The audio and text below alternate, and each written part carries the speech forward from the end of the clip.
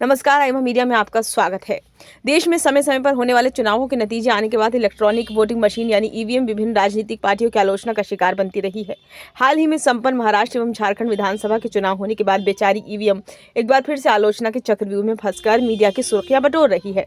चुनाव नतीजे आने के बाद जहां भी जिस सियासी पार्टी को सत्ता मिलती है वो ईवीएम के रोल पर खामोशी धारण कर लेती है, यानी ईवीएम से निकले जनादेश को सहर्ष स्वीकार कर लेती है। ऐसा न होने पर ईवीएम को टारगेट बनाकर सारा ठीकरा उस पर फोड़ा जाता है।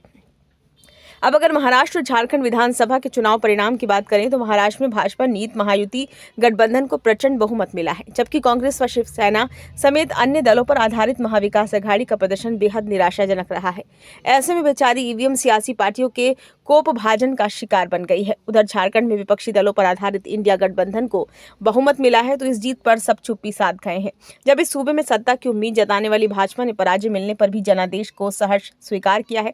इन दोनों ही राज्यों में एक जैसी ईवीएम का इस्तेमाल हुआ और एक जैसी प्रणाली अपनाई गई, तो वोटर की इच्छा के मुताबिक अलग अलग जनादेश आया, तो इस पर बेचारी ईवीएम पर दोष मढ़ने का औचित्य क्या है?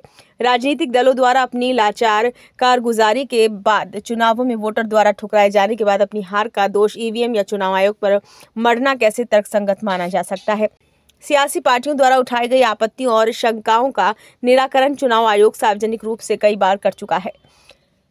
हरियाणा विधानसभा का चुनाव परिणाम आने के बाद भी बेचारी ईवीएम आलोचना का शिकार बनी। उस वक्त मुख्य चुनाव आयुक्त राजीव कुमार ने कांग्रेस की आलोचनाओं को सिरे से खारिज करते हुए उन्हें निर्मूल व मनगढ़ंत बताया था। इसके बावजूद कांग्रेस पार्टी अपनी गिरी हुई साख बचाने के लिए लगातार ईवीएम पर निशाना साध रही है।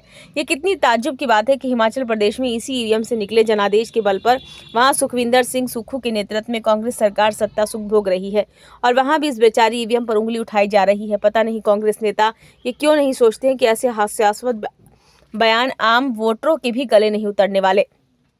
सवाल उठता है कि यदि ईवीएम पर डाला गया वोट किसी पार्टी विशेष के पक्ष में जाता है तो फिर भाजपा प्रत्याशियों को इतने वोट क्यों नहीं मिले कि वे जीत का स्वाद चखने से वंचित रह गए? ऐसा ही जनादेश उत्तर प्रदेश में देखने को मिला है, जहां पर 9 सीटों पर हुए विधानसभा उपचुनाव में 7 में भाजपा को जीत मिली, जबकि 2 सीटों पर समाजवादी पार्टी के प्रत्याशी जीते हैं।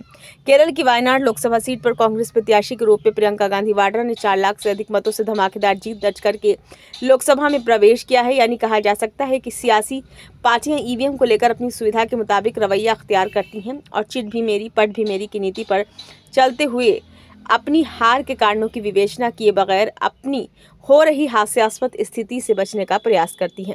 कांग्रेस समेत विभिन्न सियासी पार्टियों के इस रवैये से समाज के बहुत कम हिस्से में ईवीएम को लेकर विपरीत धारणा बन सकती है।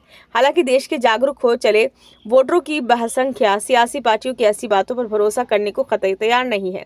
विभिन्न राज्यों में ईवीएम की वैधता को चुनौती देने वाली याचिकाएं कोर्ट खारिज कर चुकी है। कोर्ट का स्पष्ट मत है कि अब बैलेट पेपर की वापसी नहीं हो सकती है। ऐसी स्थिति में राजनीतिक दलों को चाहिए कि वो अपनी हार का ठीकरा बेचारी ईवीएम पर फोड़ने के बजाय अपनी हार के कारणों की विवेचना करते हुए रणनीति बनाएं, ताकि अगले चुनाव में उन्हें वोटरों का पूरा सपोर्ट मिल सके। ये वीडियो आपको कैसा लगा? अच्छा लगा हो तो लाइक करें, कमेंट बॉक्स में सुझाव दें। चैनल को सब्सक्राइब नहीं किया है तो कर लें।